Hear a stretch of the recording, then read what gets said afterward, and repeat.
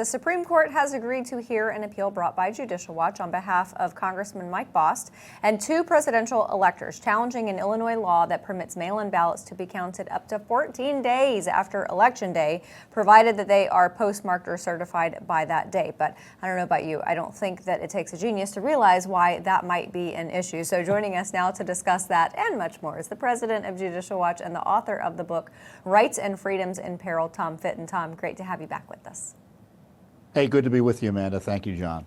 Absolutely. So as we were just discussing, I remember watching this last year in California as the weeks dragged on and races started flipping, lo and behold, to blue. Surprise, surprise. In Illinois, sounds like a similar scenario, but the Supreme Court will hear this. We're 3 years down the road, coming up from the lower court system or it making its way through there. Tell us about it. So the big issue is whether federal law setting Election Day means anything. Yep. And counting ballots that arrive after Election Day shows that it doesn't. And obviously that's not what the law should be. The law sets an election day, not an election week, not an election month. In Illinois, they count ballots that arrive for up to 14 days after Election Day. California, it's 7 days after Election Day. We sued also in Mississippi where they count ballots that arrive for up to 5 days after Election Day. And the Fifth Circuit Court of Appeals in that case found for our client that you're right, counting ballots that arrive after Election Day is contrary to federal law. In Illinois, they didn't even want to get to the issue. They told us that our client, Mike Bost, the congressman, federal candidate, has no standing to challenge the illegal counting of ballots that arrive after Election Day. And so we kicked it up to the appellate court. The court split. We lost again, 2-1. But the Supreme Court just announced this week that they are going to analyze the issue. They're going to consider the case next term. And in the meantime, our case in California is proceeding for Darrell Issa, who's challenging that counting of ballots that arrive up to 7 days after Election Day.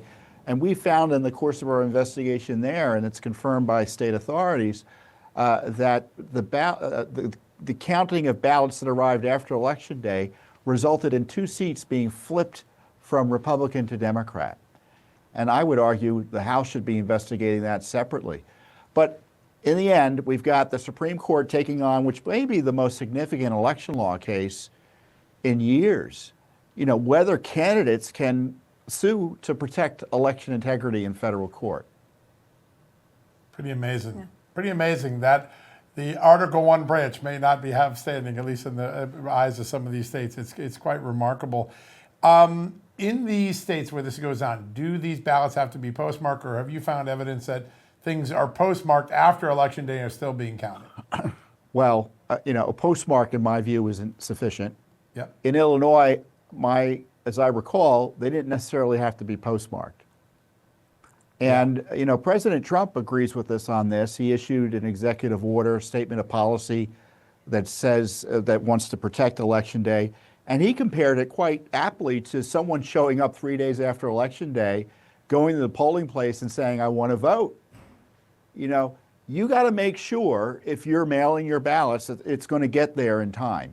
And the best way to ensure your vote is counted in the end, obviously, is to show up and vote in person. Right. But if you're going to use the mails, we can't have the votes just come in forever and a day. If there's no limit, right? If the federal law doesn't mean anything, why only 2 weeks? Sure. Why not keep the elections open well into the next year? Yeah. What's the limit? And there's got to be a limit, and it's set by the federal law, which is Election Day. And there are exceptions under federal law, but it's not a broad exception. So you got to get your ballots in by Election Day in order for them to be lawfully counted. That's our position. And the Supreme Court's going to be handling a related issue in terms of, in the least, whether a federal candidate, member of Congress, can sue to vindicate his rights in that regard. Yeah. Well, per the Constitution, I'm pretty sure the Founding Fathers felt the same way about an election day. We have had, prior to COVID, extended voting periods, though, because we had early voting. Was COVID the impetus for dragging out the voting after Election Day, or were there other states that were doing this before COVID? It really accelerated, I think, after Bush-Gore, the post-Election Day counting of ballots or ballots that arrive after Election Day. Only 19 states do it. They do it here in the District of Columbia as well. It's not widely adopted, but it's adopted in too many states, ranging in places like, the Republican-controlled Mississippi where we sued, to places like California and Illinois. Look, I think the American people want an election day to mean something.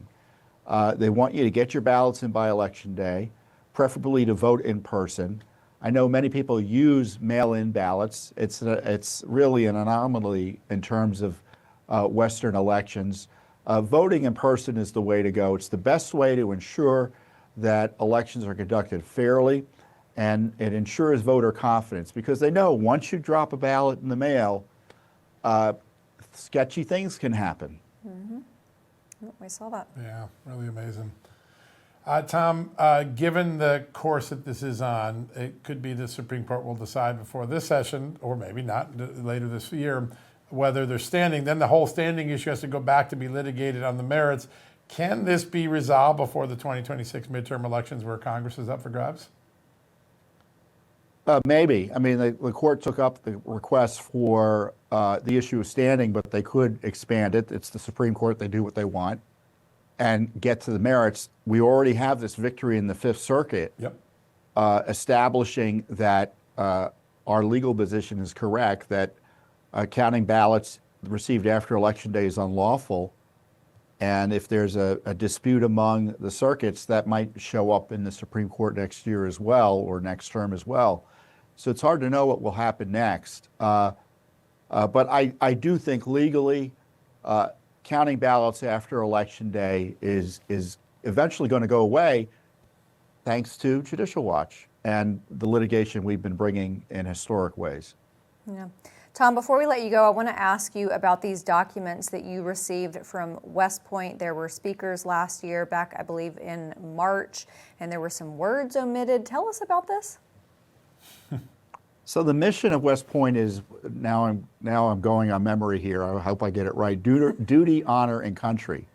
And they took it out of the mission statement of West Point last year. And a lot of alumni were upset. There was public outrage out of it, from it. And so we have the documents where they're trying to contain the damage. Mm-hmm.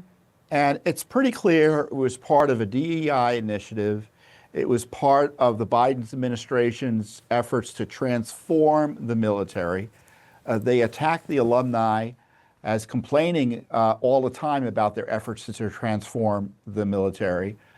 So I'm hoping Pete Hegseth and the Defense Department go into West Point and fix it and restore that to the mission statement, because as far as I'm concerned, these documents show they were interested in distracting and misleading as part of a DEI effort to take out those core values from the mission statement of the West Point, even though it's the motto of the academy. Yeah. Unbelievable. I mean, that definitely sounds like something that Secretary Hegseth would want to get rid of. Tom said something. Hurry. If this sits thanks to Judicial Watch, I could say that 1,000 times. Thanks to Judicial Watch. All the things you guys have done over the years to get us transparency, Tom. It's an amazing fight that you wage every day. Indeed. Well, we're happy to do it. And there's, as you know, John and Amanda, there's just a few of us in town interested in doing it. And I mean, you do it on the reporting and the journalism end, but my gosh, our government's so darn big. There's so much to be investigated and uncovered. Frankly, cutting government is the best way to help us in that regard, because the smaller the government, the harder it is to keep secrets. That's right. That is true. right. And it's hard to That's keep a great secrets point. with guys like Tom Fitton and John Solomon in town. I'll tell you that. Fitton Everybody, the particularly. book again is Rights and Freedoms in Peril. Judicial Watch President Tom Fitton, always an honor to have you here with us tonight, sir.